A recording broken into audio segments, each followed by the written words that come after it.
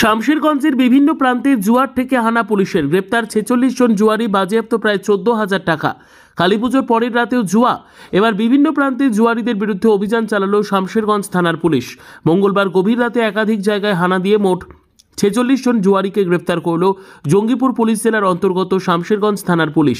পুলিশের হাতে ধরা পড়া জুয়ারিদের কাছ থেকে উদ্ধার হয়েছে প্রায় 14,000 টাকা নগদ। পুলিশ সূত্রে জানা গিয়েছে, কালীপুজোর রাতে এলাকায় শান্তি ও শৃঙ্খলা বজায় রাখতে বিশেষ নজরদারি চালানো হচ্ছিল। সেই সময় বিভিন্ন জায়গায় গোপন সূত্রে খবর পেয়ে হানা দেয় শামশেরগঞ্জ থানার পুলিশ। রাতভর তল্লাশি চালিয়ে একাধিক জুয়ার আসর ভেঙে দেওয়া হয়। ধৃতদের বেশিরভাগই এলাকার বাসিন্দা বলে জানা গেছে। ধৃতদের বুধবার জঙ্গিপুর মহকুমা আদালতে তোলা হয়। বিপুল সংখ্যক জুয়ারি গ্রেপ্তার এবং তাদের কোর্টে পাঠানোর ঘটনায় ব্যাপক চাঞ্চল্যের সৃষ্টি হয় শামশেরগঞ্জ এলাকা জুড়ে।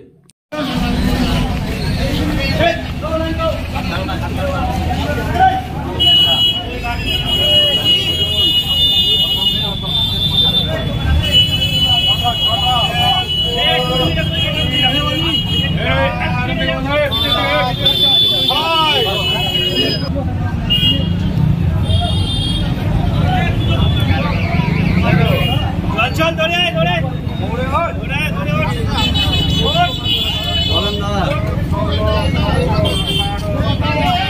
साहेब আমি যাচ্ছি কাশি।